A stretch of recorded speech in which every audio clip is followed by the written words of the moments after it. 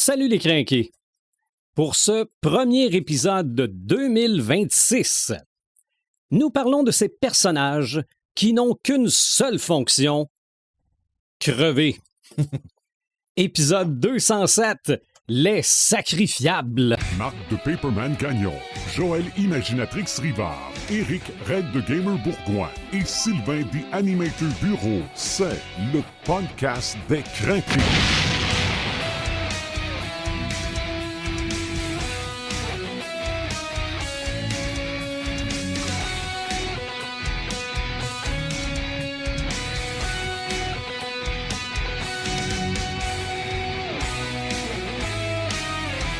Bienvenue en 2026. Bonne année Imaginatrix. Bonne année. Bonne année Red the Gamer. Ben, bonne année à toi, puis bonne année au crinqué. Ouais, puis bonne année Paperman. Ah ben oui.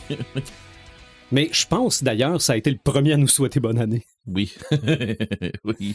Paperman sera de retour au prochain épisode, j'en suis convaincu. Effectivement. Donc, nouvelle année, mais on reste le podcast des crinqués. D'ailleurs, on va souligner notre 10e année cette année. Mhm. On prend un thème qu'on a cherché fort et qu'on décortique pour démontrer sa place dans la culture pop. On n'a pas la prétention de tout savoir, on a la prétention de vouloir tout faire découvrir. On n'avait pas dit qu'on arrêtait de compter des menteries puis de dire au monde avouer au monde qu'on cherchait pas tant que ça, des fois. Ben, oui, des fois on cherche, mais c'est Ouais. des fois quand on cherche pas qu'on trouve. Oui, c'est ça. Mais de parler des personnages qui sont juste là pour disparaître, je sais pas pourquoi on n'y a pas pensé avant. Mais je me rappelle même pas comment on y a passé. Je sais qu'on y a passé pendant le dernier podcast. C'était Parce toi, qu'on je a, pense, on a qui avait dit parlé de nos 10 ans, Mhm. ça. Oui. on a parlé de ce qu'on pourrait raconter. J'ai probablement ramené l'épisode sur le rouge Ouais. et les chandails rouges de Star Trek, dont nous Ah. n'avions pas parlé C'est vrai. dans l'épisode sur le rouge. Mais on avait-tu C'est- parlé des anti-héros à un moment donné? Pas dans le dernier, là, mais... Je pense pas. Je Non. pense pas. Je vais l'écrire. Mais des- On prend toutes OK, on n'a les pas idées. fait ça. Mais des sacrifiables, là, OK. les gens qui sont là juste pour... Puis je vous dis, j'en ai trouvé quand même une liste, là. Oui. OK. Pas de personnages en tant que tel, mais de genre de personnages. Oui. OK. Ouais. Parce que là, on parle vraiment de personnages qui ne font que passer. Là. On parle pas de mon Dieu, Aerys dans Final Fantasy VII. Là. OK. Je veux dire, elle, oui, c'est vrai. Bon, excusez si je vends le punch, là, mais le jeu est sorti depuis 20 ans. Là. Ouais, c'est ça. Bon. Get Mais alive. c'est ça. À un moment donné, elle disparaît. Mais c'est quand même un personnage important du jeu. C'est pas... c'est ça. Je vais dire un chandail rouge de Star Trek. C'est ça.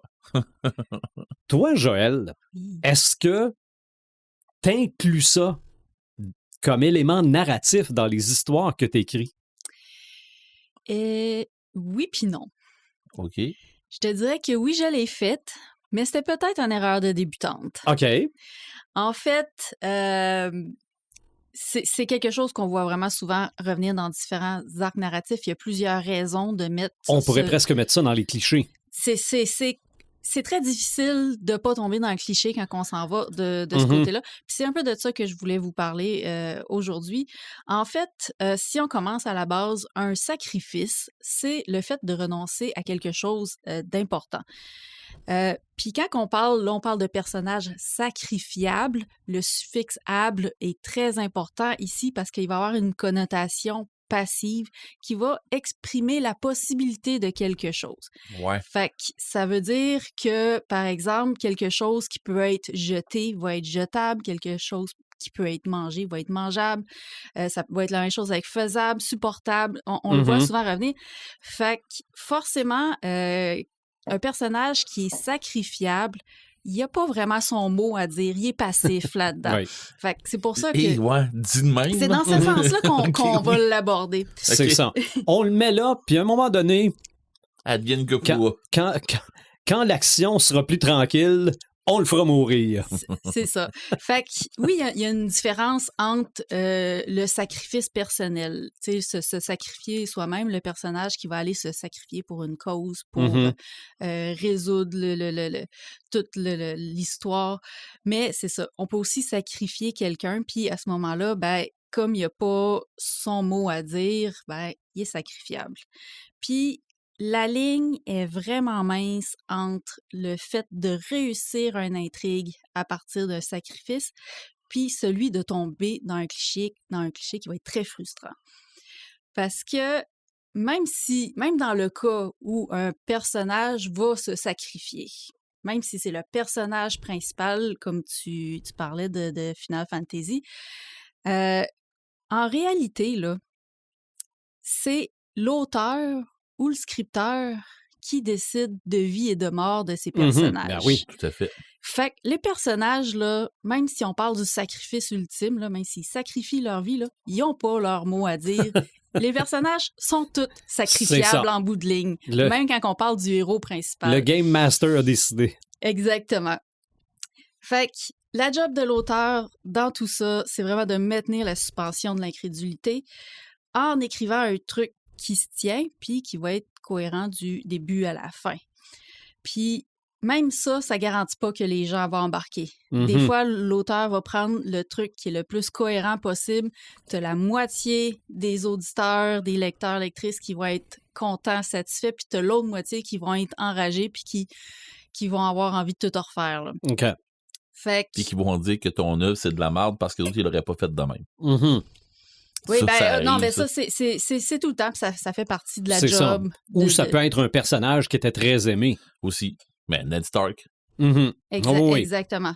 D'ailleurs, on pourrait mettre tout de suite, on va régler ça en partant, là. On peut mettre Game of Thrones, Trône de fer pour l'ensemble de l'œuvre. Mon Dieu, oui. Autant dans les cris que la TV. Ben, je vais y aller avec les trucs à ne pas faire là-dessus. Il y a quelques trucs à éviter que vraiment, on les a vus, puis on les a revus, puis c'est rempli de pièges. Puis on en nomme un très bon avec Trône de fer, c'est de tuer des personnages dans le seul et unique but d'engager l'émotion de l'auditeur ou du lecteur-lectrice. Ça va fonctionner juste si c'est cohérent. Puis juste si l'auditoire est attaché à ce personnage-là.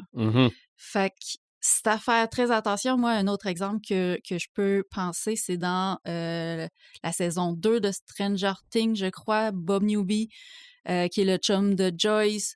Il arrive dans cette saison-là, on n'a pas vraiment eu le temps de s'attacher encore à lui, puis il sacrifie. Puis tout le long des saisons, par la suite, tu te demandes, y était-tu vraiment obligé de mourir ou ben non, c'était juste pour faire avancer l'histoire. C'est ça. Ou créer un moment. Ou créer un moment exact d'émotion. Parce que c'était quand même tout un moment. Puis c'est niaiseux, mais ça l'a fait de ce personnage-là, ça l'a fait augmenter sa popularité, le simple fait qu'il soit mort. Les gens se sont attachés à lui, mais post-mortem, après sa mort. Fait que c'est quand même assez particulier à ce niveau-là. Puis, sinon, un autre truc que je conseille d'éviter, c'est justement, tu en parlais très bien dans ton introduction, c'est le personnage qui existe juste pour mourir, juste pour faire avancer l'histoire. Fait que cette mort-là, généralement, sert au protagoniste afin de lui donner une motivation, soit à se lancer dans une quête, à poursuivre sa mission, à se relever d'une défaite, à vaincre le boss final. Fait que c'est un raccourci un peu qui est utilisé. Puis, moi, je pense que ce personnage-là, là, quand que tu le travailles, là, si tu veux que ça fonctionne bien, il faut que tu le travailles autant que ton personnage principal. D'accord, j'ai une question pour toi. Oui. Pas explique-moi, mais comment tu vois, toi, la mort de Kenny? il est toujours sacrifié. Non, mais c'est ça. C'est un running gag. Oui, c'est un running gag, mais je veux dire, à chaque épisode, on attend comment est-ce qu'il va mourir. Oui. En Puis des fois, effet. c'est out of nowhere, ça n'a même pas rapport, mais pas en tout, là. Mais est-ce que c'est pas une parodie, justement, de ce cliché-là? Oui. Tu sais, qu'il pousse jusqu'au bout, puis jusqu'à un certain moment donné, même expliquer comment qu'il fait pour revenir à la vie à chaque fois, tu sais. Mais c'est une grosse parodie, moi, je pense. Mais moi, je vais te parler de plein de genres de personnages qui sont juste là pour mourir, pour pas que ce soit les héros qui meurent. Oui, c'est Tiens, ça. Mais T'en parles tantôt. C'est un peu ça que t'expliquais aussi, mais là. c'est important que ces personnages-là soient pas juste des figurants. Hi. Parce que c'est là qu'on tombe dans le cliché. C'est ça. justement. Non, moi je suis une liste de figurants terribles. Puis c'est ça. Puis ça vient agaçant à la longue. Mhm. On va se le dire, là. Tu peux le faire. Puis c'est pas parce que je dis ça qu'il y en a pas nulle part, là. On le sait qu'il y en a partout. Puis c'est justement un cliché. Ce qui est gossant, c'est que ça a été fait et refait, vu et revu. Fait que c'est pour ça que quand tu écris de la fiction maintenant en 2026, t'essayes de faire attention à ces écueils-là. Puis en même temps, ben, corrige-moi, là, mais ça vient pas trop lourd à un moment donné quand tu mets trop de personnages, genre, qui devraient être des figurants, mais que tu leur donnes, tu sais, un passé, Ben là, tu sais, tu leur... Là, il y a du travail d'auteur à faire en C'est ça, amont tu sais, à un moment donné, de ça là, devient lourd, là. je vais y venir. Là. OK. Un dernier petit écueil à faire attention, ben, c'est le héros qui est soit trop puissant, trop intelligent, trop fort, il dispose de savoir dont on ne devrait pas connaître les choses, ou il est lié à l'antagoniste d'une façon ou d'une autre. Je peux pas être dans toutes les livres. Puis bref, en fait, c'est que quand on met trop de pouvoir ou quand on donne trop de pouvoir à un personnage principal, des fois, ça devient difficile un peu de conclure ça. Tu sais, ça comme pas de fin parce que c'est perpétuel. Fait que là, on est obligé de trouver une façon de terminer ça. Ben, ça se termine par le sacrifice du héros. Fait que... puis des fois, ça n'a pas le choix. Alors, moi, je pense je parle du personnage qui est en lien avec un vilain. Je pense à Harry Potter, qui est en lien avec Voldemort. Puis T'as dit le nom. À un certain... Je m'en fiche un peu. Non, mais moi, je vais leur dire. Voldemort, j'aimerais ça qu'il arrive. Bon, OK. À un certain moment, les lecteurs, lectrices en étaient venus à la conclusion que pour que Voldemort meure, il fallait que Harry meure. Puis J.K. Rowling a un peu twisté ça, utilisé un raccourci pour réussir à sauver le héros finalement, quand même, malgré tout. Mais est-ce que c'était vraiment la fin logique qu'il aurait dû avoir? Ouais. Est-ce que c'était vraiment cohérent? Ça reste à voir. Mais je me rappelle pas si on en a parlé dans les clichés, là. Mais le héros qui a un lien avec le vilain, là. C'est vrai, on n'avait pas parlé dans les clichés. On n'avait pas parlé. Mais moi, depuis Batman en 1989, là, Tim Burton, là, que le Joker, c'est celui qui a tué les parents de Batman. Là. Ah ouais.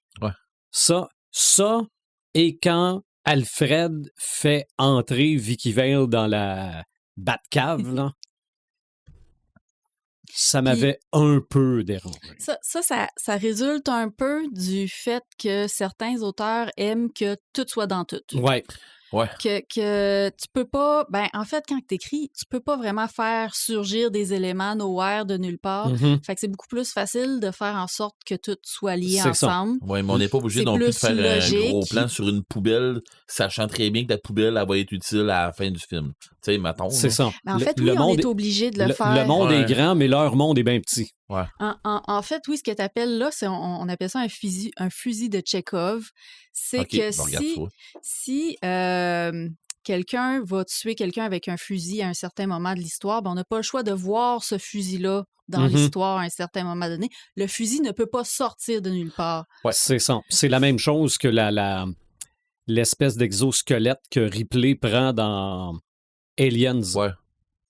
On la voit l'utiliser au début, donc elle pense de l'utiliser à la fin. C'est ça. Fait que oui, il faut que les choses soient liées d'une certaine façon, mais que tout soit lié puis forme un cercle parfait. Des fois, ça fait beau, mais ça fait pas si crédible. Ouais.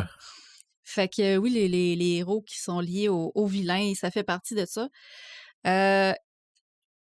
peu importe de quel type de sacrifice de personnage qu'on parle, il y a une job d'auteur à faire en arrière de tout ça. Puis il y a une question qu'on doit se poser, puis ça, je me le suis déjà posé, puis j'ai déjà modifié mon histoire à cause de cette question-là, c'est est-ce que l'histoire peut suivre son cours sans ce sacrifice? Est-ce qu'il est vraiment nécessaire?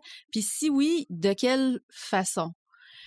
Puis des fois, si la réponse est non, ben là, ça implique qu'il faut peut-être revenir en amont pour faire des modifications dans l'histoire. Ce qui peut être pratique si tu n'as pas d'autres volumes de sortie, si c'est pas une série qui a d'autres saisons de sortie. Fait que ça peut être faisable, mais là, si tu écris l'histoire au fur et à mesure que tu la publies, ben là, ça se peut que tu sois obligé de dealer avec ce que tu as déjà fait puis faire des espèces de finales un peu décevantes. Quoique, il y a bien des personnages qui sont morts dans les BD. Oui, puis ils peuvent... qui reviennent. Les personnages peuvent toujours revenir. Ça, c'est... Hollywood nous l'a appris à merveille. Oui, les comics aussi. Oui. Superman a fait le plus grand sacrifice. Il était pas mort, finalement. Effectivement. Puis Superman, c'en était un cas du héros qui était trop puissant que l'histoire pouvait juste pas finir sans sa mort parce que finalement, c'est lui qui attirait les vilains. Souvent, avec les héros, on voit ça aussi. Leurs super pouvoirs font en sorte qu'ils attirent les vilains. Puis dans Endgame, c'était la même problématique. Fait que ce qu'il y a à retenir de ça, c'est qu'en fiction, à peu près toutes les morts sont évitables. C'est l'auteur qui décide. Moi, les auteurs qui disent là, que leur personnage décide à leur place, là, je ne crois pas en ça. Oui, je trouve qu'ils ont une belle naïveté. Ils ont une belle naïveté. Oui, l'histoire peut prendre des directions qui sont inattendues. Ça se peut très bien. Mais c'est tout le temps l'auteur qui va finir par décider c'est quoi qui se passe. Il faut juste se poser la question, est-ce que je suis pas en train d'utiliser un raccourci parce que je me suis mis dans une situation où c'est difficile de rétablir une situation qui est semblable à la situation initiale? Parce que c'est tout le temps le but d'une histoire, c'est d'essayer de retrouver un semblant de la situation initiale. La situation finale sera jamais égale, mais est-ce que je me suis pas embourbée dans mes trucs, puis là, je suis pas capable d'aller rejoindre cette situation finale-là, puis c'est pour ça que je suis obligée d'utiliser un raccourci. Si la réponse est non, je pense que cette mort-là, elle vient vraiment servir l'histoire, est cohérente, est bien amenée, ben là, je pense qu'on peut y aller avec ça. À l'écran, il y a des personnages que parfois on connaît par le type de personnage. On n'a aucun attachement, mais sont là pour crever. Ouais. J'ai parlé des chandails rouges de Star Trek. On va expliquer la chose parce qu'il y a du monde qui ne savent même pas que c'est quoi. OK. Parce que pour vrai, il y a du monde... Les chandails rouges, c'est les membres de l'équipage de sécurité. Mais en fait, on les connaît pas. Dans le fond, c'est l'équipe de sécurité, si je me trompe pas. Là. C'est les Stormtroopers. Ouais. C'était mon nom. C'était mon pendant Star Wars, là. Les Stormtroopers, là, bien souvent, sont juste là pour crever aussi. Les Stormtroopers moins que les clones. OK. Oui, c'est vrai. Parce que les Stormtroopers, c'est des... Les Stormtroopers, c'est des engagés. C'est ça, c'est des personnes entières. Ouais. Mais en fait... C'est des personnes entières aussi, les clones. Non, mais les clones ont été conçus pour ça. OK. Mais que ce soit les chandails rouges ou les Stormtroopers, peut-être qu'on en connaît personnellement quand on lit les légendes de Star Wars, mais en général, sont là, ils tirent partout puis se font tirer. Ouais, c'est ça. À part ça, dans les films d'horreur, les ados... Oui. Okay, les ados dans les films d'horreur, désolé, c'est quelque chose qui a un peu mal vieilli, mais dans les années 80, s'il y avait un noir dans un film d'horreur, il mourrait. Puis ça, d'ailleurs, c'en est un très gros cliché. Oui, on en a probablement parlé de celui-là. Maintenant, tu ne peux plus faire ça dans le sens où il faut que tu te poses la question, là, si tu mets juste un personnage noir dans ton histoire, puis que ce personnage noir-là, ça donne aussi à être la seule personne qui meurt, pose-toi une question, il y a de quoi qui marche pas. Là. Non, c'était les clichés, c'est ça. Mais tu ris de ça, là. Mais sauf que dans Scream, ils l'ont, tu sais, dans le premier Scream, ils l'expliquent comme il faut à C'est toutes ça. les... Mais tu parles du premier Scream. Ah, oui. T'as Drew Barrymore en partant. Exactement. Et là, les 5 premières minutes du film, tu finis, là. Oui, c'est ça. Mais ça reste un personnage culte à cause qu'elle fait la scène d'ouverture. C'est ça. Absolument. C'est ça. Absolument. Mais bon, dans les films d'horreur, c'est ça. Bien souvent, oui, il y a celle qui va tuer Jason à la fin, là. Mais les autres, là. Ouais, c'est ça. Généralement, tu es capable de le deviner au début du film, c'est qui la final girl versus c'est qui toutes les autres qui vont mourir. D'ailleurs, ils ont fait un film qui s'appelle ça, Final Girl. Ben oui. Les zombies. OK? Tu vas en avoir partout. Il va en avoir plein. Pif, paf, pouf. C'est comme s'il n'y avait jamais eu de vie avant ça. C'est ça. Ils sont morts. En général, les soldats aussi. Oui. Il y en a un paquet. Ça sert à mourir. Les hommes de main. Écoute John Wick. Tous ceux qui courent après John Wick. Ouais. OK? Tous ceux qui courent après John Wick, je mets ça là-dedans. Mais c'est sûr que dès qu'il y a un film avec un boss de la mafia ou, bon, peu importe, le Joker, il y a des hommes de main. Des vampires dans Blade. Dans même. À moins d'avoir, si je reviens au Batman de 1989 de Tim Burton, il y avait un homme de main, le Joker, un petit peu plus évident que les autres. Puis même à ça, il est mort avant la fin du film. Oui. Mais tu sais, s'ils ont un nom puis que le nom est récurrent un peu plus dans le film ou dans n'importe quoi, là, que ce soit dans n'importe quel média, s'il revient un peu plus souvent puis des affaires comme ça, des fois, il peut toffer. Mais des fois, j'ai dit. Hein. C'est ça. Puis sans vente de punch, dans la série du Pingouin, il y en a un qui le suit pas mal jusqu'à la fin, puis il toffe pas lui non plus. Ça en était un controversé. Là. Absolument. Ça en était un personnage que la moitié des gens ont fait comme OK, tu sais, ça explique tout ce qui venait avant. Puis une autre moitié qui faisait comme ben non, réécrivez cette fin-là, ça n'a pas de sens, tu sais. Fait que c'est... Moi, j'ai commencé la série, j'ai arrêté. Puis à un moment donné, en zappant, je suis tombé direct dessus. OK. Sur cette scène-là? Ouais. J'ai changé de poste. Pourquoi? Non, je trouvais ça trop intense. OK. C'est rare que ça arrive, là. Mais j'ai fait non. Change de poste. Et je terminerai par ce que j'appelle le personnage « Si je ne reviens pas, dis à ma femme que je l'aime. » Oh mon Dieu. Là. OK? Quand t'as ça dans un film, OK, c'est un personnage, ça fait pas longtemps que tu le vois. Ah ouais. OK? C'est le personnage principal, je sais pas moi, qui est dans l'armée, qui rencontre une jeune recrue à la cafétéria, qui lui raconte sa vie, puis toutes ses émotions, qui montre les photos de sa blonde.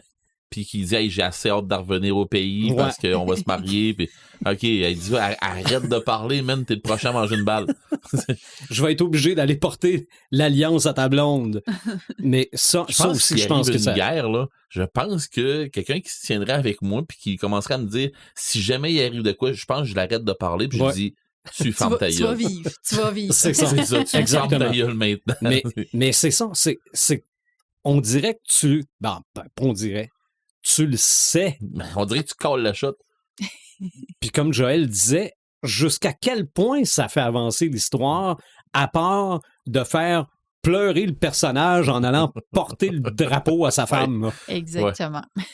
Ben, des fois, ça va donner le beat aux autres de faire « Hey, mon maudit qui l'a tué, là. Bon, ben, on va t'en passer une, puis OK, ça y fait avancer. » Plutôt que de les faire stagner, genre cachant derrière d'un muret. Mais c'est ça. En même temps, un film de Deuxième Guerre mondiale, par exemple, où qu'il y a personne qui meurt, ça se peut. Je veux dire, les gens n'étaient pas tout au front à la guerre. Sauf que si tu montres justement le front, mais qu'il n'y a jamais personne qui meurt, c'est peut-être un peu un conte de fées, ton truc, là. Ouais. C'est ça. Fait que... Ouais, tu te caches un peu à la réalité. Faut que tu trouves une twist pour l'amener. C'est tout le temps ça la question. C'est ça. Mais ça prend des... tu disais le mot figurant tantôt. C'est un peu ça. Des figurants sacrifiables est sacrifié. Mais c'est ça, moi, c'est vraiment ce genre de personnages-là. On les voit, on Ouais. sait pas c'est qui, mais on sait que quand le héros va arriver, ils vont tomber comme des mouches. Dans G.I. Joe, quand on était jeune, des soldats Cobra, OK. ils étaient tous habillés tout pareil. Il n'y avait pas tant de G.I. Joe qui étaient... tu sais, il y en avait quelques-uns, là, des G.I. Joe habillés en vert seulement, là, tu sais, qui étaient juste génériques. Maintenant, il n'y en avait pas tant que ça. Mais il y avait des soldats Cobra qui sont tous habillés tous de la même façon, puis tout.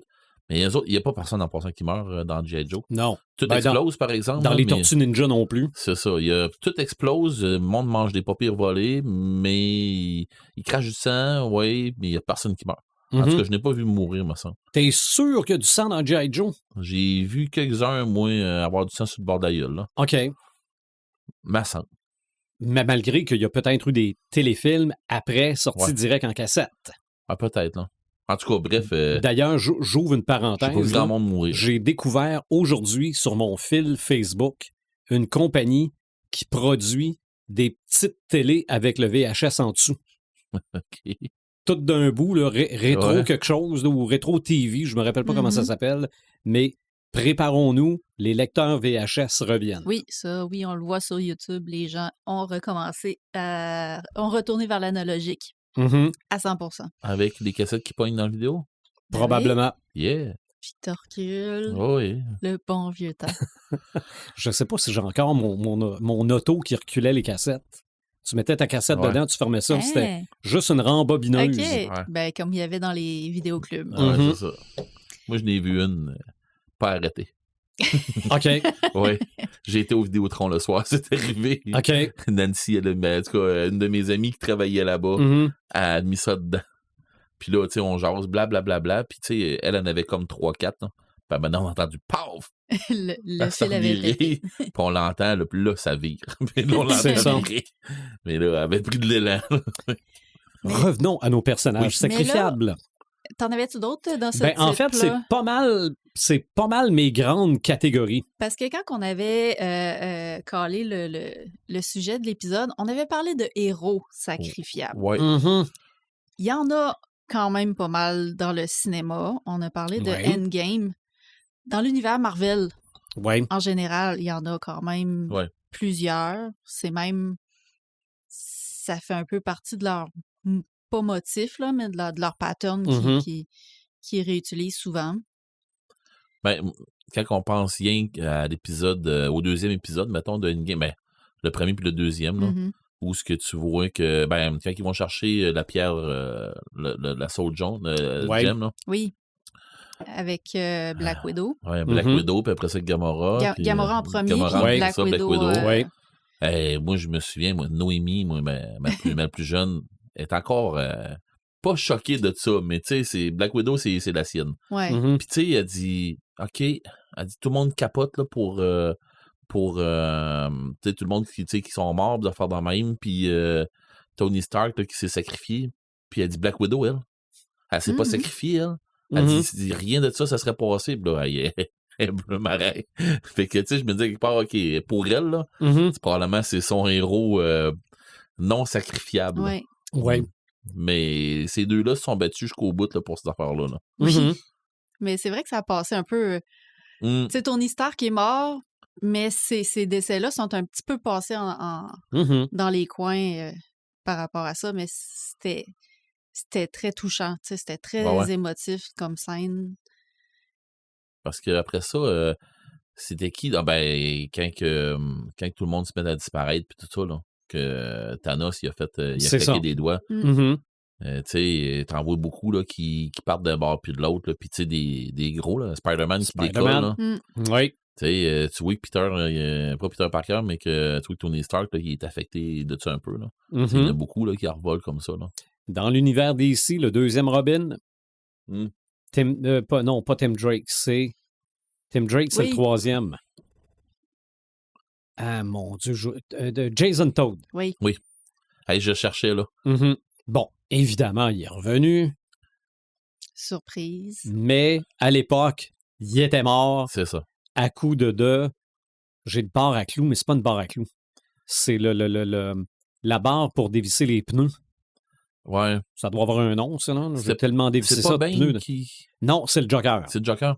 J'hésite entre les deux parce que... Bane casse la colonne de Batman. C'est ça, La colonne c'est ça, vertébrale.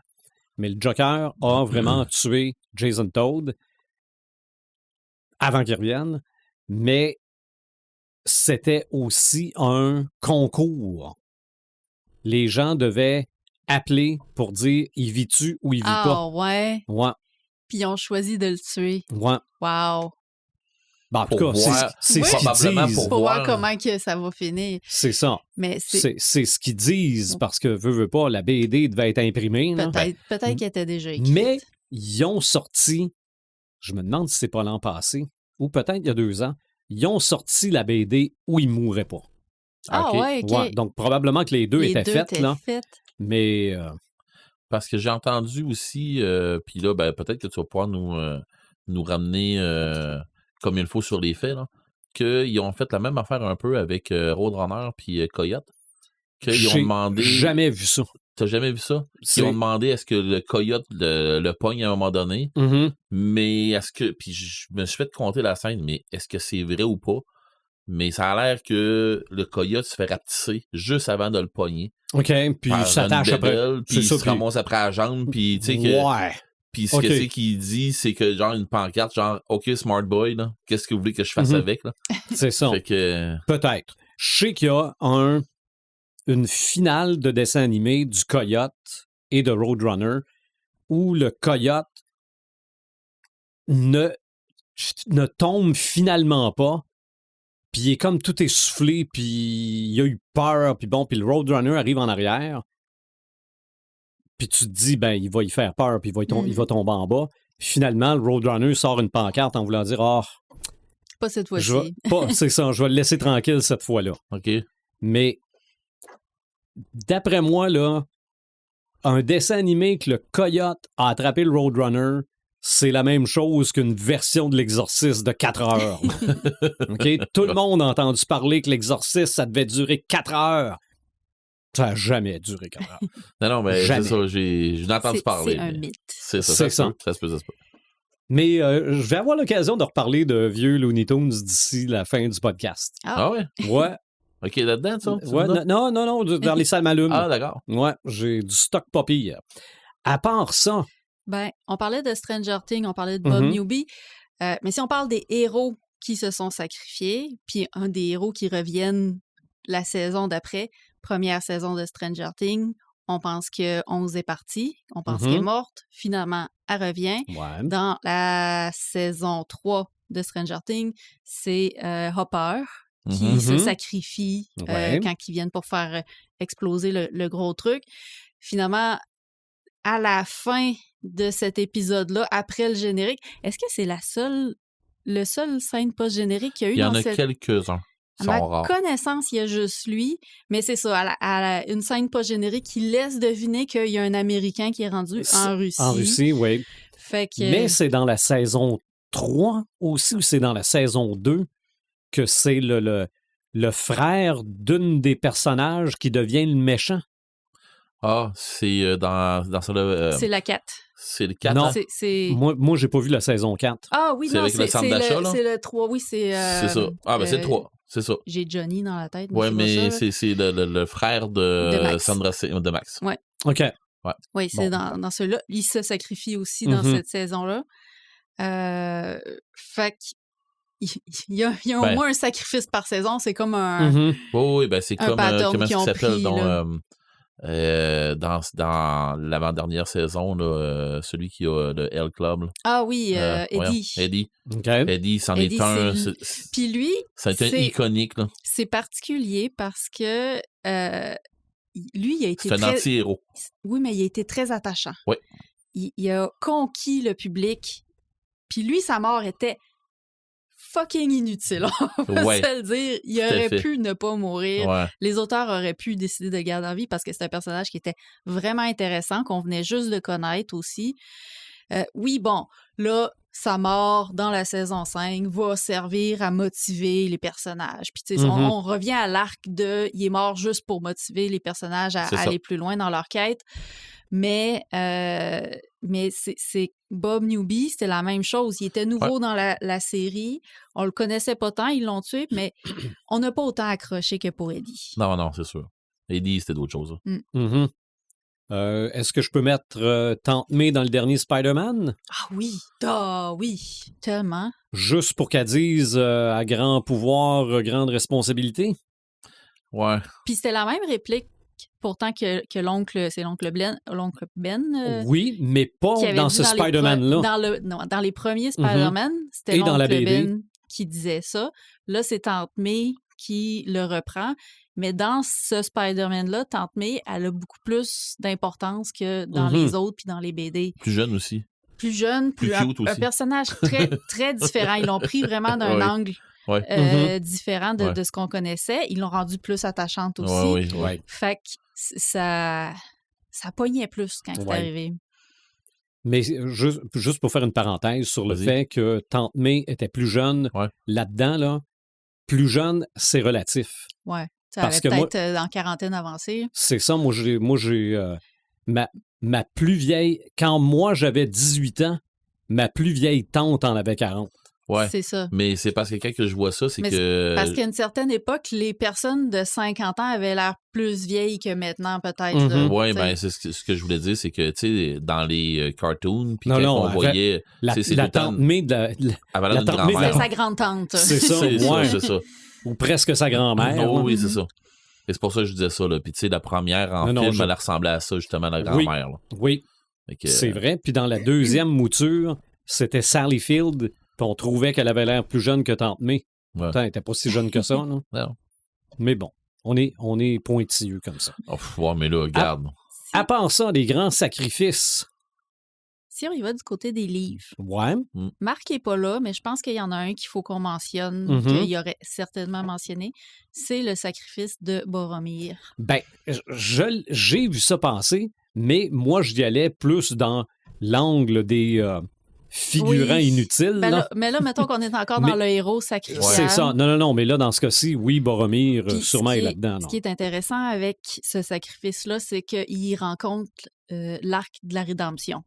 Fait qu'on a le personnage qui a eu des pensées contre la quête, contre la communauté, puis au moment même où il a réalisé son erreur, au moment même où il a flanché, puis ensuite il a réalisé son erreur, ben là, c'est là qu'il va aller se sacrifier, tu sais, pour se racheter. Fait qu'on a comme un espèce Gandalf dans Moria. Gandalf... Tant qu'à moi, il aurait dû pas mourir. Ben, il meurt pas, là, mais je veux dire... Ça, c'est un exemple typique de... il est mort pour faire avancer l'histoire. Il est mort pour passer à un autre stade. Est-ce que Tolkien l'avait vu comme ça quand il l'a écrit? Est-ce qu'il avait vraiment pensé... Moi, la façon dont il pensait à tout, je peux pas croire que c'était pas déjà dans sa tête que Gandalf fallait passer à un autre stade. Fallait juste qu'il trouve un moyen de le faire passer à ça, là. De le faire, pas évoluer, mais de le faire assagir ou... Ben, de le faire évoluer. Oui, évoluer. C'est carrément le mot. Ouais. Je pense trop Pokémon. C'est pour ça qu'on dirait que le mot évolution, ça marche pas.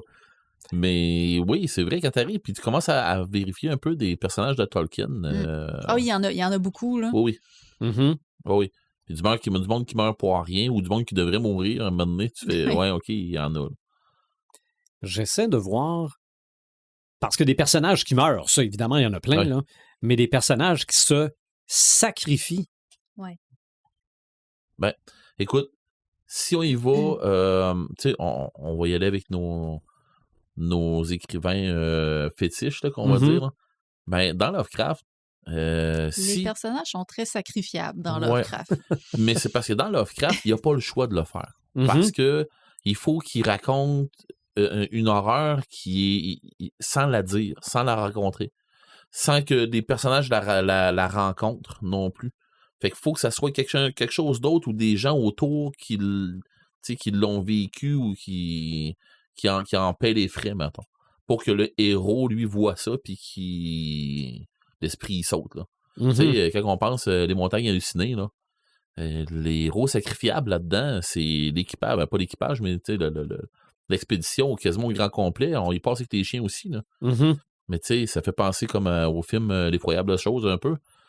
Tu sais pas tant que les héros sont là, les vrais personnages principaux, mais le monde autour, eux autres là, c'est eux autres qui subissent ce qui se passe, mais on se rend compte que c'est dangereux à cause des autres autour. Là. Puis ce qui est particulier dans Lovecraft, c'est que les personnages principaux, ceux que tu appelles les héros, en fait, sont passifs. Oui. Ils font juste subir qu'est-ce qui se passe. C'est ça. Ils peuvent pas, ils font pas grand-chose, ils subissent. Là.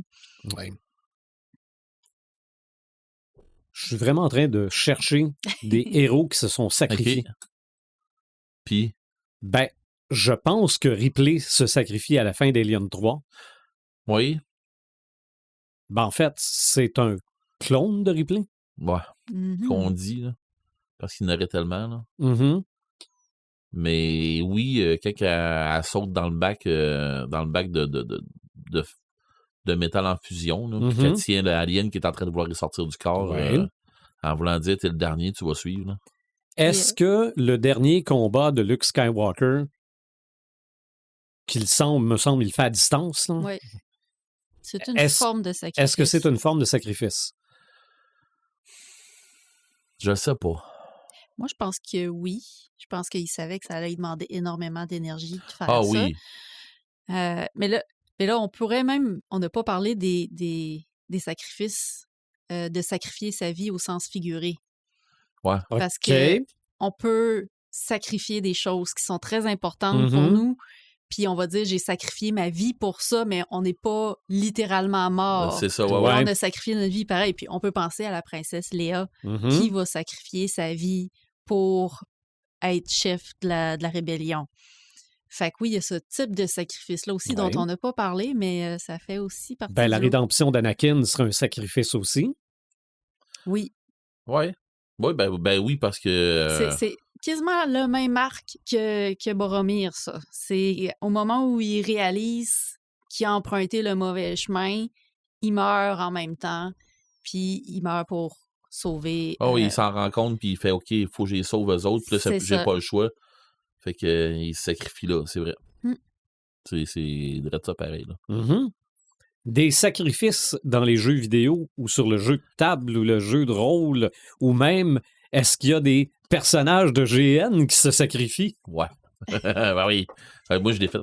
OK. Oui, ben, tu sais, on le dans plein de trucs, là, ça va arriver. Ben, dans des GN, ça arrive, là, tu sais, selon ce qui va se passer dans ton histoire, puis ainsi de suite, ça va arriver qu'ils vont faire, OK, il y a des trucs qu'il faut qu'ils se passent, puis il y a des personnages très puissants qu'il va falloir qu'à un moment donné qu'ils meurent, ou pas qu'il va falloir qu'ils meurent, mais à un moment donné, ils ont la puissance de faire tel truc. OK, pour sauver le monde, ben, faut que quelqu'un, tienne tel objet, mais ça va le consumer. Bon, bref. On y va pas des fois dans des arcs narratifs ou dans des arcs scénaristiques qui ont été vraiment full pensés longtemps. Ben souvent, c'est pas ça. C'est rien pour faire avancer l'histoire. Là, on y va souvent pour faire avancer l'histoire. Si on y va dans les jeux vidéo, on parlait de clones tantôt. Dans le jeu Clone Wars, c'est ça, c'est Clone Wars, mais c'est Commando, je me trompe pas. OK. C'est Commando Squad ou quelque chose comme ça. Je me souviens pas du nom exact, mais bon, bref, tu joues des commandos, comme la 501e, tout ça.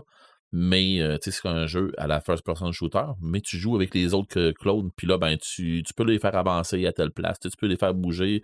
C'est un jeu très dynamique, mais tu as des équipes, puis tu fait avancer tes équipes, tout ça, mais tu sais des fois que tu dis, bon, ben regarde, j'ai fait avancer là, moi, ça va me permettre d'avancer quelque part, là, mais ça se peut qu'eux autres, ils pètent. Là. Puis effectivement, il y a des bouts qui sont en cinématique, que tu le vois, là, regarde, tu les as envoyés à telle place, tu viens des perdre. Mais ça t'a permis de faire tel autre truc, puis ainsi de suite. Fait que ça va rentrer dans des arcs. Je sais pas comment les qualifier pour les jeux vidéo comme ça. Si on les catégorise comme on le fait depuis le début de l'épisode. Là. Mais ça rentre juste dans la nature du personnage là, des clones qu'ils sont là pour faire une job. Pas de questionner la tête pensante de monde qui vont donner les ordres, mais ils sont là pour faire cette job-là. Il m'a dit d'aller là, je m'en vais là, il va arriver ce qui va arriver. Fait que C'est un peu ça.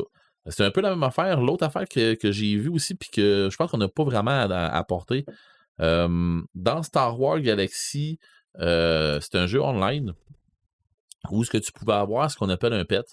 T'as un familier avec toi, mais ce familier-là, tu pouvais avoir plusieurs sortes de familiers, mais tu pouvais l'envoyer attaquer. Fait que tu envoyais ton familier attaquer. Puis là, ben, toi, tu pouvais t'en servir pour pouvoir attaquer de côté, de faire. Puis là, ça a amené aussi. Il y avait d'autres jeux qui étaient un peu comme ça, mais ça l'a amené aussi sans être des héros sacrifiables, mais ça revient à ça pareil. Mhm. Tu sais, c'est un personnage, c'est un animal de compagnie qui est sacrifiable, oui, mais parce que tu vas l'envoyer au combat. Oui, il peut mourir. Tu peux le guérir pendant qu'il se bat, des affaires comme ça, mais il peut aussi bien mourir aussi. Fait que, sauf que c'est lui qui va mourir à ta place, tu sais. Fait que ça va de là le héros sacrifiable. Mais ça l'a emmené aussi à d'autres jeux qui ont fait un peu le même principe que ça, mais avec de la technologie ou avec des équipes un peu comme Brother in Arms, je me trompe pas, qui ont fait, on joue un peu, c'est un mix entre Soldat Ryan, Sauver le Soldat Ryan et Band of Brothers. C'est un peu le mix de ça, mais tu as des unités aussi à qui tu parles, du monde avec qui tu vas jaser, tout ça. C'est un film de la Deuxième Guerre mondiale dans lequel que tu vas jouer. Mais ces personnages-là, tu les envoies au front, tu leur donnes des missions à faire, ou tu vas avancer sur des positions, mais tu les vois à un moment donné là, qui se font canarder, et puis si tu les aides pas, ben ils se font tuer.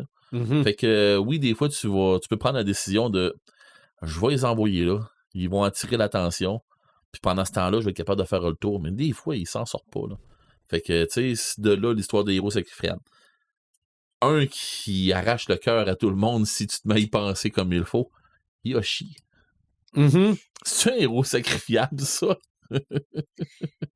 Quand tu t'en sers pour sauter... C'est le même concept que les familiers qui meurent à ta place. Ah ouais, c'est ça. Quand t'arrives, là, pis que Yoshi, là, tu viens de le popper, t'embarques dessus, tu sautes, puis là, ben, tu pourras pas te rendre. Fait que tu le lâches, le Yoshi dans les airs, lui, il va tomber dans le vide pour pouvoir tout sauver. Oui. C'est ça, c'est comme je disais. Yoshi, ça rentre-tu dans les... Ben, on pourrait... C'est un sacrifiable. On pourrait parler de la relation entre Donkey Kong et Diddy Kong aussi, non? Ouais, c'est pas mal la même affaire, je pense. Hein? Ou c'est quoi, c'est Dixie, quelque chose comme ça, là, avec Sonic, là? Oui, OK, oui. C'est ça. Fait que, mais bon. Si on y va, mettons, parce que dans les jeux vidéo, je veux dire, il doit y en avoir d'autres jeux. C'est rien que là, ça me vient pas à l'esprit. Mais des jeux où tu sais, je dirais, des héros sacrifiables, là, j'essaie de m'en mettre dans la tête, puis là, ça me vient juste pas. Tu parlais tantôt, ben vas-y. Ben là, tu parlais de Yoshi, là, mais ouais. Je veux dire, dans n'importe quel jeu Lego, là. Ouais. Tu te sacrifies toi-même très souvent. Dans les jeux Lego aussi. Oui, sûrement, oui. En tout cas, si je me vois jouer à Lego Batman, là, OK. Je me sacrifie très souvent. Ouais. Et on appelle ça des héros sacrifiables quand tu joues à Bloodborne puis quand tu joues à Elden Ring. J'ai aucune idée, mais non, moi, dans le cas de Lego Batman, je pense que c'est juste joueur nul. OK. Ben, les jeux que je viens de te nommer tantôt, là, c'est le même principe que le Ghost and Goblin dans le temps. OK. OK. Ou ce que c'est un jeu à sacrer, là. Ben, c'est ces jeux qui vont bien t'apprendre à sacrer. Okay. Et à enchaîner les sacres et même les conjuguer. Et même les conjuguer. C'est vraiment de lait. Mais c'est pas des héros sacrifiables, je t'accorde moi, mais c'est parce que c'est un héros qui meurt tellement souvent. Tu sais que tu te dis, ben ouais, non, tu sais, je mets ça en parallèle. Mais en fait, tous les personnages de Mario Bros, à part Mario, sont sacrifiables. Luigi moins un peu. Puis encore. Puis encore. Mais je veux dire, tous les champignons, les Goombas, le pire de tout ça, est sacrifiable. Le pire de ça, si vous voulez voir l'envers de ça, là, écoutez le film Wreck-It Ralph. Oui. Ralph Lacasse. Oui. Ben ça, là, ben même dans le 2 aussi, puis dans le 2, on l'explique en plus avec les jeux online. Là-dedans, ben, on voit l'envers du décor de héros, de méchants de jeux, puis des affaires comme ça. C'est vraiment hot, là. Sauf que, parce que pour les gens qui l'ont pas vu, qu'est-ce que vous faites encore? Allez-y. Mais je pense à ça, là. Oui. On parle de Mario, Mhm. un héros sacrifiable qui, en fait, est même pas supposé en être un. Dans Super Mario 64, le bébé pingouin. OK? Le bébé pingouin était censé le ramasser et le ramener à sa mère, Ouais. mais tout le monde l'essaye au moins une fois de le pitcher, en bas de la falaise. Ouais. Mais on Pourtant, l'essaye tout. Oui, mais t'es Je me pas, souviens t'es je pas me souviens censé pas, faire je ça. pense- Mais moi, je pense que c'est Je pas ne ça, sais fallait pas le qu'est-ce que ça fait. je me souviens pas. Mais bon, allez voir sur YouTube, je suis sûr qu'on le voit quelque part. Pauvre petit pingouin. Ben là. Mais, tu sais, dans les jeux vidéo, c'est ça, comme je vous dis, il y en a tellement, tout ça. Mhm. Quand tu arrives dans les board games, moi, c'est la première fois où j'ai allumé qu'est-ce que c'était, mais qu'est-ce que ça représentait vraiment, là, tu sais, le terme Disposable Hero, là. Quand je jouais à HeroQuest et qu'on a eu l'extension, tu sais, du Advance, puis là-dedans, il y avait des Men at Arms. Les Men at Arms, c'est quand tu sortais du donjon, tu pouvais te louer des hommes de main, qu'eux autres, ils allaient t'aider dans le donjon. Moi, au début, là, ben OK, c'est d'autres personnages à jouer. Puis là, le maître de jeu qui me dit non, c'est pas des personnages à jouer. Ben, c'est moi qui décide où ils vont aller, tout ça, puis qui vont attaquer. Oui. Mais eux autres, c'est pas des héros. Ils ont pas le carte à eux autres. Tu sais, ils ont pas. OK, bon. Mais eux autres, dans le fond, là, tu te rends compte que, OK, là, tu t'en vas attaquer tel monstre, tout ça, puis là, ben, tu fais attaquer, tu sais, là, si je m'en vais là, je vais mourir, tu sais, si j'avance, je suis trop magané, si j'avance, je vais mourir, OK, ben, fais passer ton ménateur avant, ouais, mais il va mourir. T'es as payé 5 heures chaque, c'est à ça qu'ils servent. OK, puis drôlement dit, il était rouge, il était Bourgogne, rouge Bourgogne, mais c'est là, à un moment donné, que j'ai fait comme... Mais c'est chiant, ça. Mhm. Fait que là, ben, qu'est-ce qui est chiant là-dedans? Non, je viens de perdre 5 gold, là. Oui, tu viens de perdre 5 gold, là. Il y a 5 pièces d'or que tu viens de perdre, là. OK, mais je peux pas y récupérer. Ben non, c'était ses services à lui que... Ben, OK. t'aurais pu mettre ça ou pour d'autres choses qui vont te régénérer. C'est ça. Mais ouais, mais je n'avais pas. Hein? Je n'avais pas, mais j'avais accès à ça. Bon, ben c'est ça. Fait que c'est là qu'à un moment donné, tu fais comme, OK, quand tu comprends c'est quoi des Disposable Heroes, là, tu t'en sers après. Ça dépend, là. Ça dépend de ta fortune. De combien tu es capable de t'en payer. C'est ça, dans ces jeux-là, oui. Quand on parlait, il y a quelque chose qui m'a popé, puis j'ai fait comme, faut que je le dise, ça. Le fameux chapitre 14. OK. Je suis sûr que Marc, il ferait comme, ben oui, c'est clair. Bon, on en a parlé, on a fait un podcast sur les histoires dont vous êtes le héros, oui, il me semble que oui. Ben, je sais pas si on a fait ça, mais on en a parlé dedans. Dans ces livres-là, le jeu veut pas ça. Mais on l'a tout déjà fait à faire, bon, OK, là, je meurs supposément. Tu sais, tu fais-tu telle affaire ou tu fais telle affaire? Ben, je vais faire tel truc. Tu vois, à la fin du paragraphe qui t'envoie, c'est marqué retour au aller au paragraphe 14. C'est clair que je meurs, là. Tu vas aller le lire, là, mais tu sais, fait que tu meurs combien de fois là-dedans? Si tu jouais comme il faut tout le temps, tu sais, chapitre 14, c'est le chapitre que tu meurs. Les jeux dont vous êtes les héros, tu sais, on l'a tout fait, là. Se servir du personnage comme un Disposable Hero, là, pour connaître, là. Essayer de trouver le bon chemin. C'est ça, essayer de trouver le bon chemin, là. Tu sais, ça, c'est pas le bon chemin. Ben, tu meurs. Fait que, tu sais, j'ai vu ça un peu. D'ailleurs, j'ai expliqué l'autre fois le Dungeon Crawl Carl, quand que je n'en parlais de ce roman-là qui était sorti, puis moi, je l'avais en audio. Dungeon Crawler Carl, là, c'est un peu ça aussi, là.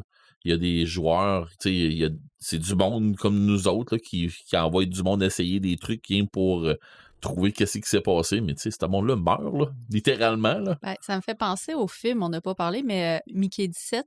Ouais. Oui, on n'en a pas parlé, c'est vrai. C'est vrai, il est sacrifiable. On les appelle des consommables, en fait.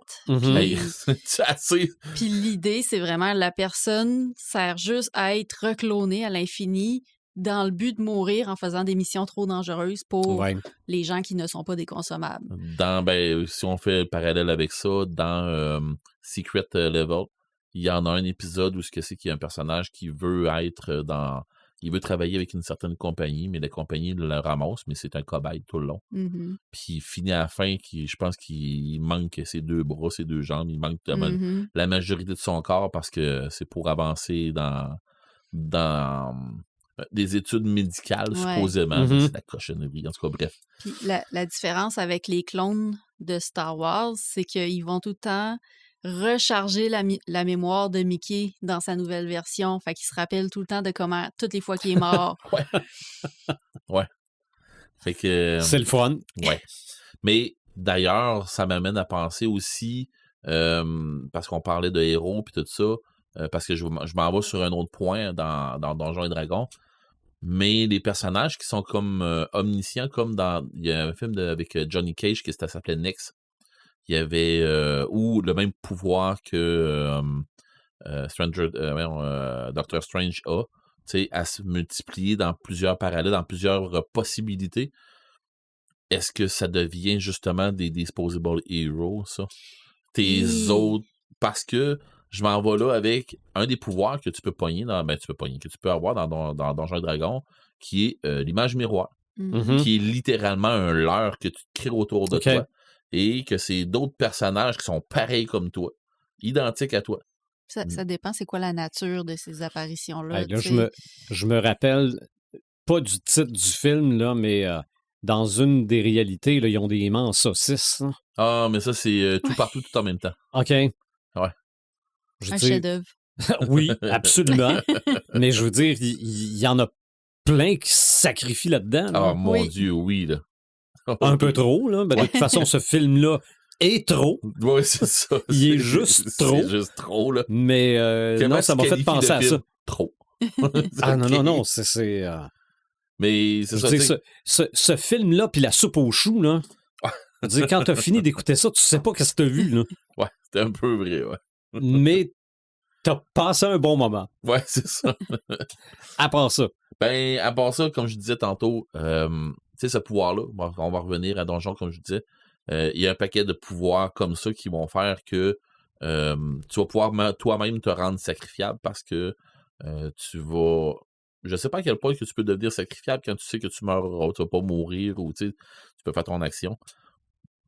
Mais mon point est que si tu te fais une image miroir, ben tu as une chance que tu te meurs pas justement à cause que c'est tes images autour de toi qui vont manger une volée. Est-ce que ça, c'est des héros? Je pense pas, là, tu sais, tant qu'à moi, c'est... Comme je te dis, ça dépend de la nature. T'sais, est-ce qu'un hologramme serait un sacrifiable versus un clone, par exemple? C'est ça. Ça dépend de l'univers puis du contexte. Ouais. Sinon, dans les jeux, tu sais, comme on parlait tantôt, puis tu en parlais un peu de la façon d'écrire, puis ainsi de suite. Dans les jeux de rôle, des jeux sur table, souvent, un maître de jeu va s'en servir juste pour... tu sais, il va donner de l'aide aux joueurs, mettons, pour se rendre à faire tel truc. Puis là, ils se font attaquer, puis tout ça, puis avec un nouvel ennemi, quelque chose qu'ils ne connaissent pas vraiment, mais tu sais que si les joueurs se font toucher par un tel projectile, ils vont probablement mourir ou se faire arracher un bras ou de quoi comme ça. Mais toi, il faut que tu expliques le danger qu'il y a là sans leur dire, parce qu'ils connaissent pas ça. Fait que, tu sais, il va sûrement avoir le red shirt qui est avec eux autres, que lui, il va se faire tirer de quoi, puis à un moment donné, whoop, il y a un trou gros comme sa tête autour. Si tu veux pas tuer tes personnages en partant, il faut que tu leur expliques sans leur expliquer. C'est ça. Fait que là, tu fais comme, OK, les joueurs, ils sont ramassés, justement. Il y en avait un dans une game de Warhammer que j'ai faite, que le prêtre a décidé d'avoir quelqu'un avec lui, comme un servant de messe, si tu veux. Puis il traîne partout, puis tout ça, puis il veut en faire un prêtre de guerre. Là, fait que là, t'as tué son servant de messe. Tout à fait. Tout à fait, mais, tu sais, pour vrai, là, ils ont dit, ils m'ont donné un peu ça comme speech, là. Pour vrai, t'as tué mon servant de messe? Ouais, ben, c'était toi, donc quelqu'un d'autre, il passait, genre, ouais, mais t'aurais pu... Ouais, non, finalement, non. Hein, tu me comptais ça, je repensais à Farador, là. T'as tué mon bonhomme. Ah oui, c'est ça, c'est vrai de ça. Mais... C'est ça, tu sais, c'est que les joueurs, tu peux t'en servir de cette tactique-là mais il faut pas que tu tombes dans l'excès avec ça. Mhm. Tu sais, Joël, elle nous l'a expliqué comme il le faut, là, puis si vous vous en souvenez pas, reculez le podcast, allez écouter le bout à Joël, ça vaut vraiment la peine pour ça, parce que c'est pas parce que tu peux faire ça en étant un maître de jeu ou un storyteller que nécessairement tu dois te servir de ça pour...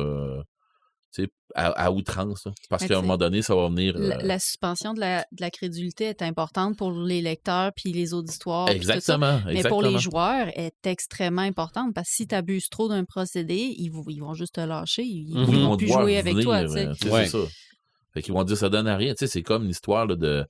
C'est con, là, mais pour des raisons ben étranges. Puis ça, c'est un inside là, entre les joueurs puis nos joueurs à table. On donne plus de nom à nos chevaux. Parce que quand on donne des noms à nos chevaux Ils meurent. meurent. Fait qu'on donne plus de nom à nos chevaux. OK. Puis on s'en sac, tu sais, s'il faut que je le laisse là Mon- à telle place. Mon Dieu, je sais pas pourquoi ça m'a fait penser à Monstre Incorporé. Ah, là. je pensais que c'était de faire penser à... Que- On va pas donner de nom à vous. C'est ça que maintenant que quand on l'a nommé, on va s'y attacher ou quelque chose de c'est même. là. Ouais, c'est ça. C'est vrai. Ah, parce que ça, il l'avait nommé Bou. C'est ça, Ouais, exactement. C'est comme tu donnes pas de nom à la viande que tu vas manger éventuellement.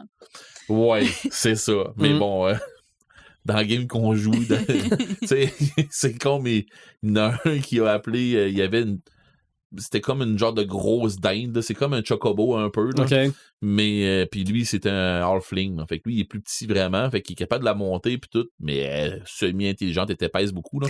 Mais tu sais, puis il l'avait appelé Nicole. Mais moi, t'as dit, Nicole, elle s'est fait tu sais, on se faisait attaquer par des genres de crocodiles, en tout cas. Mais Christy Nicole, elle s'est fait bouffer. On est, tu sais, c'est ça. On n'a même pas eu le temps de la manger. On n'a pas, en tout cas, On donne plus de nom. c'est ça. Mais c'est niaiseux, mais c'est ça. Maintenant, on a décidé, OK, on donne plus de noms aux affaires qui ont pas de club. Imagine en plus si Nicole avait dit si je reviens pas, tu diras à mon mari que je l'aime. Ouais, non. Sinon, ultimement parlant, puis ça, je vous en ai fait cadeau l'autre fois, même dans le métal, on a ça. Avec Metallica qui ont fait une chanson qui était justement là-dessus, Disposable Hero. Puis dans le refrain, dans le refrain, il dit clairement, tu sais, dans le fond, tu sais, retourne au front, tu vas faire ce que je te dis, tu vas te battre comme je te dis, puis blablabla, puis tu sais, comment il dit ça? Il dit You will do what I say when I say you. En tout cas, Mhm. You will die when I say you must die. Fait que tu sais, c'est comme, OK, c'est ça. C'est un Disposable Hero comme Metallica l'apporte. C'est genre le soldat que t'as craqué puis que tu l'as emmené jusqu'à un certain point, puis non, tu vas toffer tant que... Tu connais ta fonction. Ben, au même principe que le fameux film Full Metal Jacket, puis même que Muse avait fait une chanson qui s'appelle Psycho. Puis cette chanson-là de Psycho avec la drill du sergent, même avant la toune, c'est juste du bonbon. J'en parle, puis j'ai pas de ses bras, là. Mais parce que cette chanson-là, c'est un crinquage de soldats, c'est un crinquage d'un héros que tu vas l'emmener à un point tel qu'il va devenir un Disposable Hero. C'est pas mal ça. OK. Donc, on a quand même fait un tour pas si mal de sacrifiables. C'est sûr qu'il y en a plein d'autres. Oui. Il y a les gens qui nous écoutent ont peut-être plein d'idées. Faites-nous part des idées qui vous sont venues en tête, de sacrifices, de héros qui prennent beaucoup de place ou de gens qui n'en prenaient pas du tout. Là. Ouais. Mais ça fait partie de la culture pop. Mm-hmm. Allons-y avec nos Samalumes Imaginatrix. Oui, ben, ça m'allume. Je suis un peu déçue que Marc soit pas là ce soir parce que je pense qu'il aurait partagé mon ça m'allume, mais c'est vraiment la finale de Stranger Things. Je me suis claqué la dernière saison au complet dans le temps des fêtes. J'avais pas écouté la première partie qui était sortie en novembre. OK, nous autres, oui, on l'avait, puis rendu au temps des fêtes, on l'a dévoré, là. Oui, puis moi, dans le fond, j'ai réécouté à partir de la saison 3. J'ai écouté la finale de la saison 1, la finale de la saison 2. OK. Puis j'ai réécouté tout à partir de la saison 3. Puis c'était nécessaire parce qu'il y a vraiment beaucoup trop d'années qui se sont écoulées entre la saison 4 puis la dernière saison. Ça m'a rappelé à quel point que la saison 4 m'avait fait chier, mais royalement. J'avais trouvé ça long, j'avais trouvé ça mauvais. toute la trame narrative qui se passait en Russie était complètement superflue, ne servait absolument à rien dans l'histoire, puis elle sert à rien pour la nouvelle saison. La saison 5, moi, d'après moi, il y avait beaucoup trop de longueur dans cette 4e saison-là. Fait que, puis quand j'ai vu la bande-annonce de la 5e saison, j'étais comme « ish ». Tu sais, quand que justement, là, t'as le super-héros qui est trop puissant, là, puis que tu sais plus où est-ce qu'ils vont s'en aller avec ça, parce que c'est tout le temps encore plus la fin du monde que la fois précédente. Puis... Fait que, j'étais pas convaincue. Mais, la formule était là. Ils ont respecté les codes qui ont établis depuis le début, depuis la saison 1. Puis, ce que j'ai vraiment, vraiment apprécié, c'est la finale. Sans rien vous spoiler, en ce qui me concerne, je trouve que cette finale-là, elle est juste parfaite. Je sais que ça a fait polémique. Je sais que les gens ont crié au meurtre. Les gens ont demandé aux frères Duffer de réécrire la finale. Il y a même eu une théorie du complot qui est sortie et qui a fait planter Netflix. Je sais pas si t'as pogné ça la semaine dernière, parce que les gens étaient convaincus qu'il y avait un épisode secret qui allait être diffusé jeudi dernier sur Netflix à telle heure, à un point tel que Netflix a planté à cette heure-là, parce que trop de gens allaient voir si c'était vrai. Puis bref, il avait vu des indices dans toute la dernière saison, puis là, puis ça, puis là, il faisait des liens avec tout ça. Oui, là, il y a le monde. Quand tu veux chercher, là, tu trouves. Mais c'est ça. Fait que là, finalement, c'était pas vrai. Il n'y avait pas d'épisode secret qui sortait ce jeudi-là. Mais là, 2 jours plus tard, ils ont dit « Non, on a une nouvelle date. Ça va être samedi cette semaine. » Fait que, bref, ça m'a beaucoup fait rire. Mais moi, en ce qui me concerne, cette fin-là, elle est sublime. Oui, il y a des incohérences au fil de la saison. Il y en a eu tout le long de toute façon. Il y en a eu tout le long de toute façon des 5 saisons. On va se le dire, ça fait pas changement. Oui, ils ont laissé des portes ouvertes. Puis ils l'ont dit qu'ils se gardaient des trucs à explorer pour des possibles spin-offs, des trucs comme ça. C'est bien correct. Mais ils ont fini ça avec une belle fin ouverte. Puis pas le genre de fin ouverte qu'on parlait justement tantôt quand Hopper s'est sacrifié, puis que là, ils nous ont laissé voir qu'il y avait un Américain enfermé en Russie. C'est pas une fin ouverte qui dit « il y a une suite qui s'en vient ». C'est une fin ouverte qui dit « c'est vraiment, vraiment fini, mais on te laisse imaginer comment que... C'est quoi ta fin à toi que tu décides par rapport à ça. C'est la fin, mais ils ont pas tout fait mourir. C'est ça, là le futur de tes héros. Là. Puis c'est là que c'est intéressant de voir qu'il y a des gens qui ont parti une théorie du complot par rapport à ça, puis qui ont dit qu'il y avait un faux épisode, qu'il y avait un épisode caché qui allait sortir. Ils ont imaginé leur propre fin, ces gens-là, en bout de ligne. Puis oui, ils aimeraient ça le voir en vrai, puis tout, mais c'est à ça que ça sert, une fin ouverte comme ça. Puis moi, je trouve que c'est de toute beauté. Puis de voir, tu sais, comment on passe à autre chose. C'est vraiment un épisode, oui, le dernier épisode est plus long, c'est normal. On conclut l'intrigue, mais on va aussi comme voir comment que les personnages vont vivre après ça et tout. On prend vraiment bien le temps de tout assaisir ça. Puis ça, moi, je trouve ça parfait, là. Fait que... Bon, je partage, moi aussi. Content, pas content, moi, personnellement, ça me satisfait. Puis je voulais que ça se finisse, cette série-là. Je voulais pas qu'il nous arrive avec une 6e saison. Là, oui, il va y avoir des spin-offs, il va y avoir la série animée. Moi, personnellement, ça m'interpelle pas. Je voulais vraiment avoir une fin, une conclusion. On arrête là.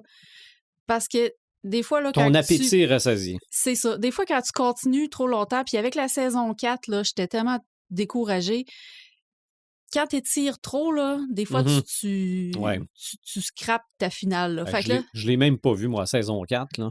Je suis pas sûr que tu viennes me donner le goût là. Non, mais c'est parce que la saison 4, il faut que tu la vois. Elle est nécessaire pour la saison 5. C'est ça. OK.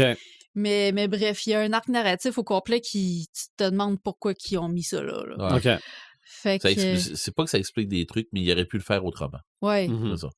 Mais je sais que sur YouTube, il y a des vidéos qui disent c'est quoi les épisodes vraiment essentiels que tu dois écouter OK. pour comprendre la saison 5. Fait que ça pourrait être une OK. option si tu n'as pas assez de temps pour Je tout pense qu'ils l'écouter au font ça pour complet. One Piece aussi. Oui.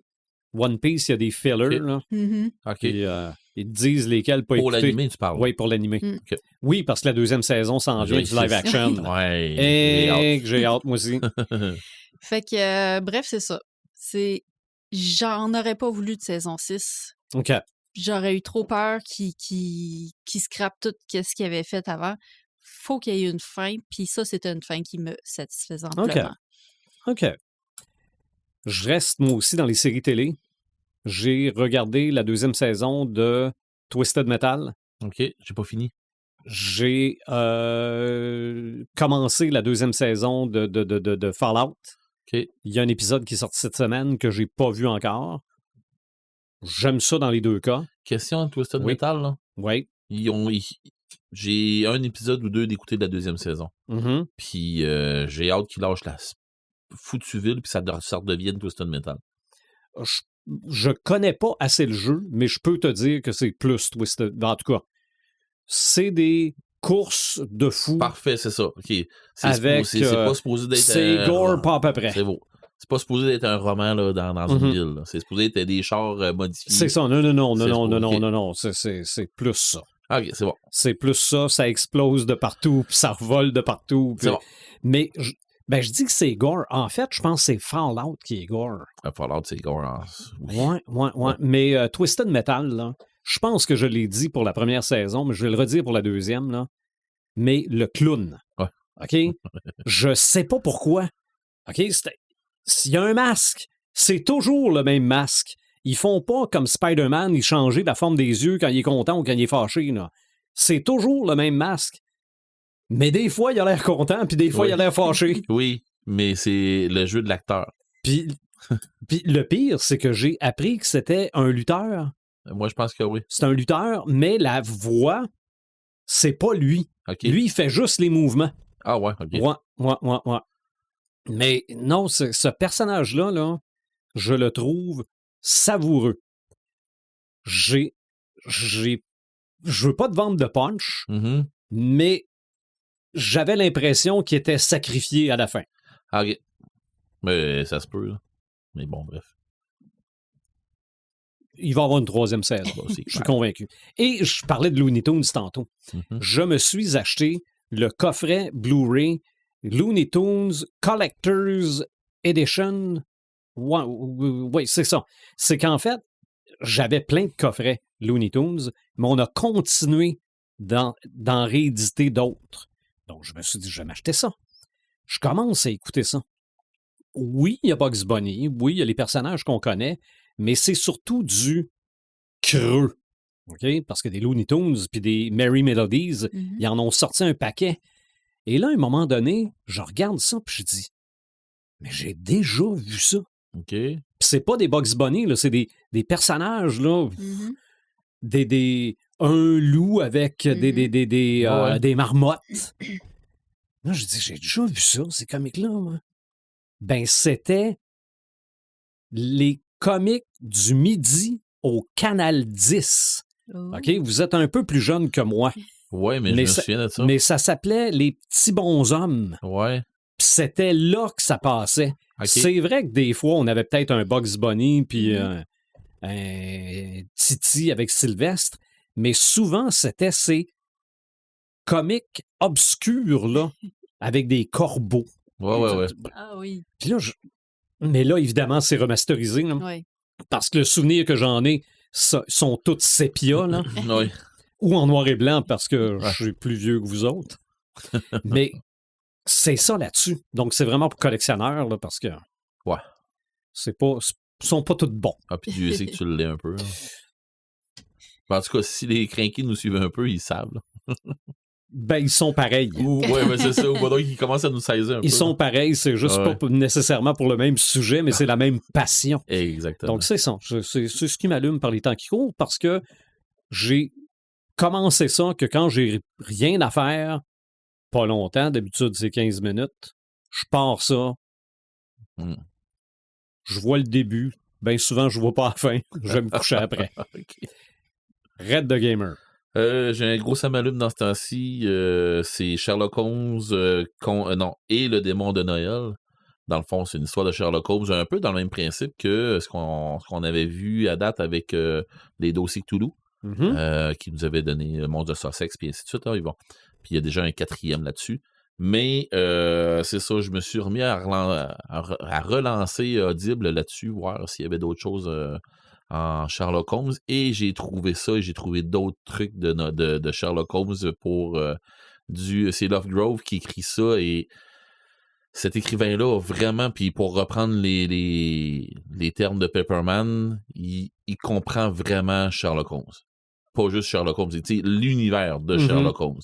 Watson et ainsi de suite, il comprend vraiment ça, et le lecteur qui l'interprète, je l'adore.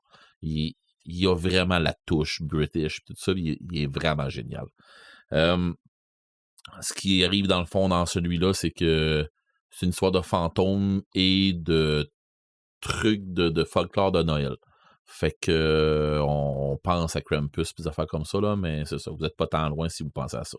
Fait que oui, c'est vraiment génial. J'adore ce livre-là à date. Je n'ai pas fini de l'écouter parce que oui, j'écoute mes livres, là, je manque de temps un peu. Fait que, mais au moins, je m'apporte de l'instruisance et de la culturation. Ensuite de ça, rapidement, la série Landman. Avec Jimmy, comment est-ce qu'il s'appelle, non? J'ai une Jimmy Lee Curtis dans la tête, mais c'est pas ça, pas du tout, là. Il fait Bad Santa, le méchant Père Noël, là. Oui.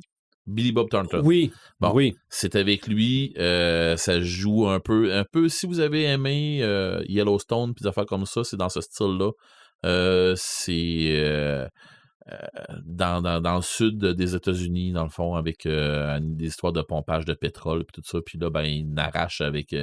c'est un peu le quotidien, mais là, on suit Billy Bob, que lui, il s'occupe de ben des équipes, mais il fait affaire avec ben des tout croches là-dedans, tout ça. Fait que c'est vraiment bon.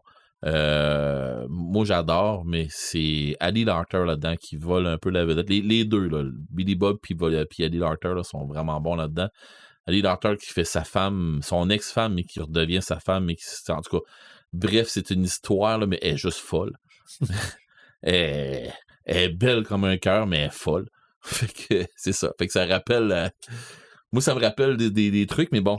Mais c'est tout ça pour dire que c'est juste du bonbon, cette affaire-là. Tu finis l'épisode, puis tu dis « Ah, je suis bien, hein? » Fait que c'est ça.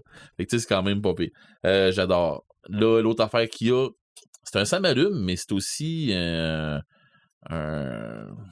Je sais pas comment me prendre. C'est plate parce que ça va prendre un petit bout avant que je vienne me rasseoir à la table ici, parce que la prochaine pause que je pourrais venir m'asseoir, mettons le 30, il n'y aura pas de podcast là, en tout cas pas pour moi, parce que... Je suis pas là moi non plus. Non, c'est ça. Il n'y en aura pas, parce que... À moins que moi et Marc, on trouve comment faire rouler la console. À moins qu'on s'en retrouve tous à la même place puis qu'on fasse un podcast à distance. Mais c'est ça, fait que dans le fond, moi je m'en vais à Universal pour tomber dans l'univers Harry Potter, fait que j'ai hâte, mais comme ça n'a pas de sens. Fait que dans ce temps-ci, je suis en train de me retaper les Harry Potter en anglais pour m'habituer pas au dialogue, mais plutôt aux expressions. Puis au nom des trucs là-bas, parce que ça va changer un peu. Tu sais, Diagon Alley versus chemin de traverse. Tu sais, c'est pas la même affaire tout à fait. Fait que une butterbeer ou une bière au beurre, c'est pas pire. Mais tu sais, fait que c'est ça. Il y a des petits trucs comme ça qu'il faut que je m'habitue. Fait que oui, je suis en train de tout me retaper les Harry Potter en anglais. Fait que c'est ça. Fait que j'ai juste hâte. Pour garder une réserve, là, j'ai juste très hâte. Je te mets au défi de regarder et ne rien acheter. Fail. Fail avec un gros F. Mais, je comprends. Comment tu veux? Regarde à qui tu parles. Là. Non, je comprends. Bon, tu sais, c'est clair, je vais m'acheter une baguette là-bas. Puis si je peux en trouver une de Graves, ça serait encore mieux parce que ça serait ma baguette de prédilection, selon ce que j'en sais de ce que j'ai fait comme recherche. Ouais. Ils les ont peut-être toutes. Oui, mais peut-être pas ceux des Animaux Fantastiques. OK. C'est peut-être une qui n'est pas sortie. Mais écoute, C'est je m'en vais où ce qu'ils font. qu'ils ont toutes, c'est ça. Mais moi, honnêtement, là, je regardais, parce que j'avais fait des baguettes pour l'anniversaire de ma mère avec ma sœur. On avait fait ça. Je veux m'en faire. Puis honnêtement, là, je regarde ceux-là, ceux-là de Warner Bros, là, qui sont comme, je pense que c'est Hasbro qui les fabrique. C'est du plastique. Oui, il y en a en plastique. C'est une baguette en plastique. C'est ça, il y en a en plastique, mais il y en a chez Ollivander, ils sont pas en plastique, ils sont supposés, en tout cas, ce que j'ai su. Je pense qu'ils vont être en plastique. Ben, je suis à Universal, là? Ben oui, parce que c'est Hasbro qui a comme l'exclusivité de ça, fait qu'à moins que... J'ai hâte de voir. Mais... Tu verras. Mais moi, je te dis, fais-les toi-même. Surtout, en plus, toi, tu fais des miniatures. Ah ouais. T'es super bon en peinture. Puis... Mais je peinturerai pas sur du bois, là. Ça, c'est clair. Ah non, mais ça donne... Ça rajoute le petit côté qui a de l'air vraiment réel, la peinture. Ben, je vais aller me chercher plutôt du bois exotique. Ça rajoute l'usure puis tout ça. Là. Mm-hmm. Mais c'est ça. On avait fait ça avec les moyens du bord. J'avais un peu été au Fab Lab pour m'aider à découper les formes de base avec le laser puis tout ça. Mais la job de peinture à la fin, là, c'est ça qui avait fait le petit plus, là, que tu la tiens puis elle a l'air d'être vraie. Là. C'est pas du plastique, c'est pas de la camelote faite en Chine. Là. J'étais en train de me mettre dans la tête d'en faire, puis pour vrai, j'ai trouvé la place, puis j'ai des bois hot, là. Mm-hmm. Mais sauf que ça me prend... Tu sais, ça veut dire qu'il faut que je me mette à faire du carving. Là. Mm-hmm. Je suis pas prêt. Mais j'ai ça peut-être pas la place, c'est ça la joke. Fait qu'il faut que je... Mais ceux-là que j'ai fait, t'as pas besoin de sculpter du bois. Moi, je les ai faites. Ben, tu sais, oui, j'avais une base en bois, mais tu sais, on a travaillé avec de la mousse EVA, on a travaillé avec du. OK. Mais moi, je te parle de la faire totalement en bois. Oui, ben, c'est un autre type de projet. Ouais, c'est ça. Mais bon. Mm-hmm. Fait qu'on va avoir plein de choses à se jaser au prochain podcast. Ouais, d'après moi, ils vont tous bien de faire un podcast pas de titre. On verra rendu là. Fait que, épisode 208, l'impro. On fera de quoi sur les voyages. On avait déjà fait sur un voyage. Oui, on avait déjà fait les voyages geeks. Mais c'est ça. On ferait l'épisode 2 de ça, je sais pas. C'est ça. Ben oui, pourquoi pas. On a plein d'autres idées, de toute façon. Ben oui, regarde, Joël a écrit un autre tantôt. Oui. Et le prochain épisode, Marc devrait être des nôtres aussi. On devrait être 4. Oui. On n'a aucune idée du thème, mais on sait qu'on va se reparler. Ben écoutez. Alors, continuez de nous suivre. On le savait pas même un matin. Qu'on se parlerait. On s'en doutait un peu. C'était flou. Ouais. Ouais, c'est ça. On se retrouve au prochain. Oui. On se jase par notre page Facebook. Vous pouvez nous suivre sur notre site Internet, les différentes plateformes de streaming. Prochain épisode 208.